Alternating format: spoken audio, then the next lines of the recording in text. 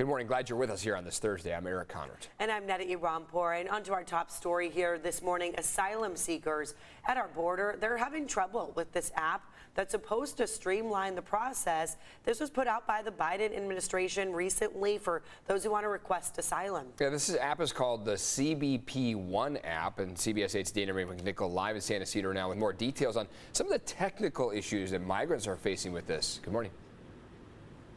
Good morning. We're learning some of those difficulties that the migrants are facing. This is the only way migrants can request protection at a port of entry. Now, CBP One just launched last month, so it is very new. Activists we spoke to say it was created to have migrants experience a less stressful experience, but it's doing the complete opposite. On paper looks good.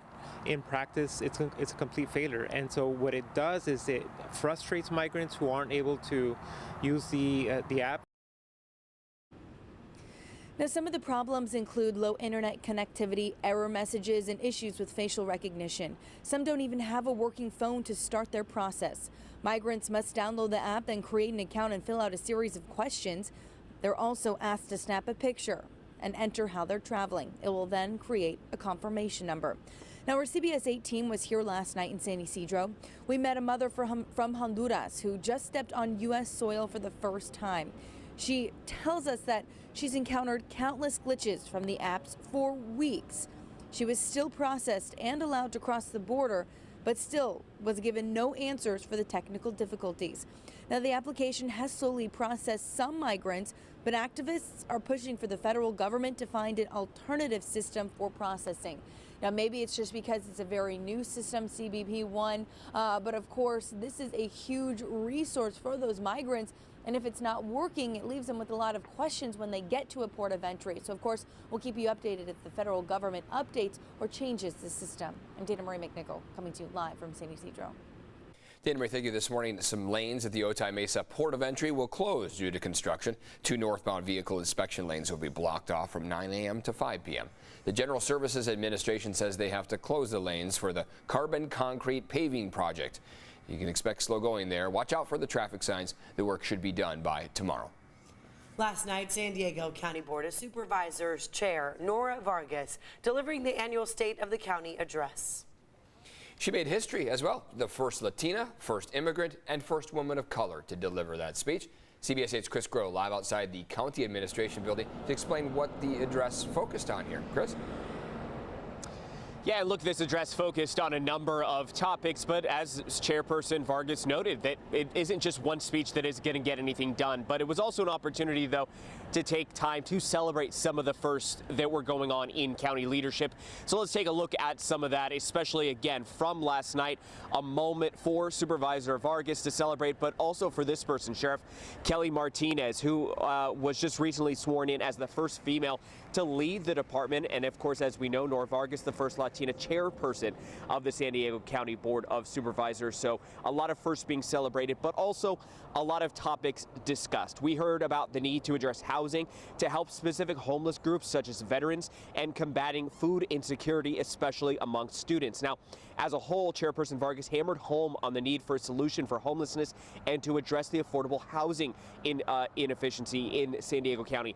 She added that it takes more than a speech to solve all of these challenges, but that it would also take all 18 cities and other groups to make strides.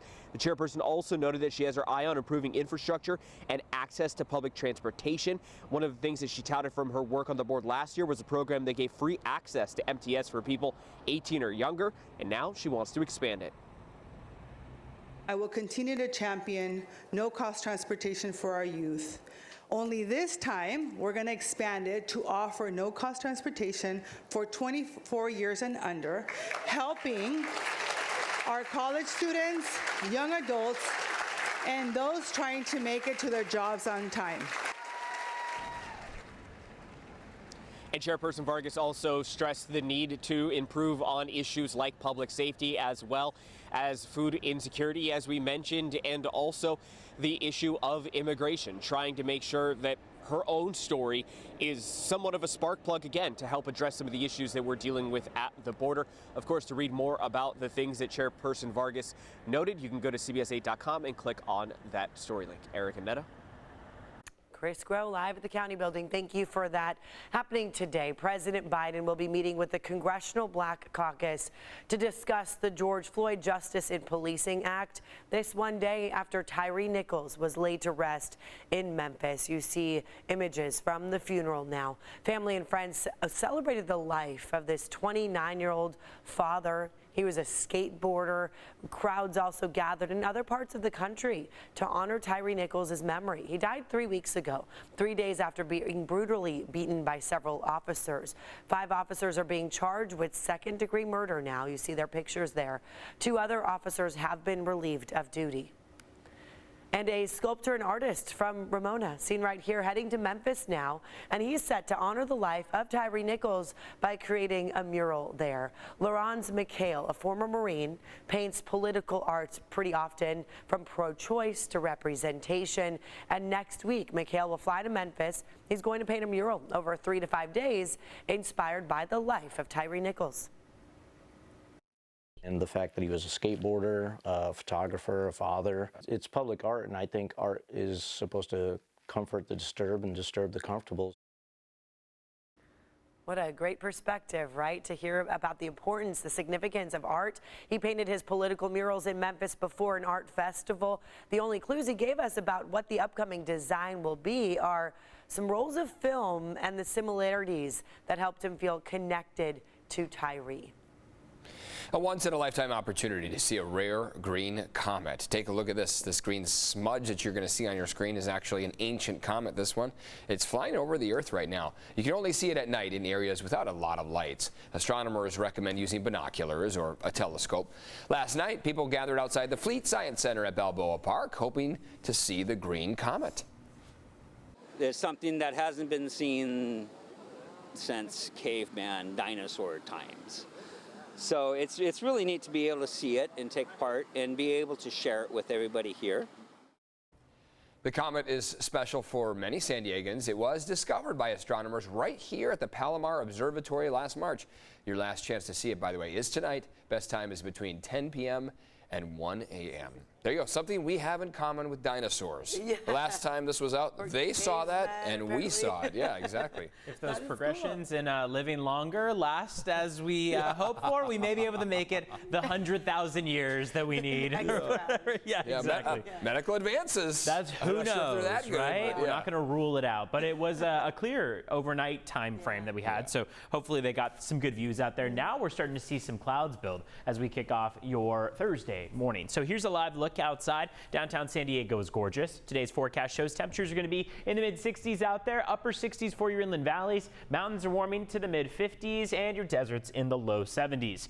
Partly cloudy skies expected county-wide. Yesterday was pretty much complete sunshine, so this is a little bit of a contrast. However, we're still going to be hanging on to the warm temperatures. Not much of a difference besides that small influx of clouds. Hey, January was a very wet one out there. We saw the wettest month since February of 2005 with January 2023. It was 5.14 inches that came down. So very rainy one, but now we're kicking off the month of February with really dry conditions across the county. You can see what those current temperatures look like, mostly in the 30s for your inland valleys, 40s for your coastline. Across the county, at least in most spots of the county, we are cooler right now than we were at this time yesterday. So if you thought yesterday was cold, well, we are off to another cold day out there. Live look outside from Otay Mountain is gorgeous. We're going to start to see that sun beaming on through in the next about half hour or so, and those temperatures will keep climbing steadily. So yes, the jacket will be warranted for the morning hours as we stick with the low 40s, and then by the time you pick up the kids from school, don't be too surprised if they're in just a short sleeve shirt. We've got 65 to 70 degrees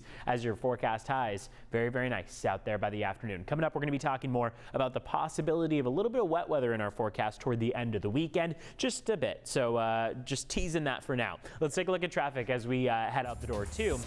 Right now, driving on the 5 southbound, 78 westbound, and 52 westbound. We're not seeing many impacts out there. Standard speeds, it'll be a 14-minute commute from the 15 to the 5. Back to you. All right, Evan, thank you for that. State lawmakers pushing for new gun legislation, hoping to restrict concealed weapons. Why Governor Newsom is supporting that. Plus, tensions growing at a horse stable after boarders say management created a nightmare for horses. And the First Lady heading to San Diego. Details on Dr. Joe Biden's planned visit to America's finest city.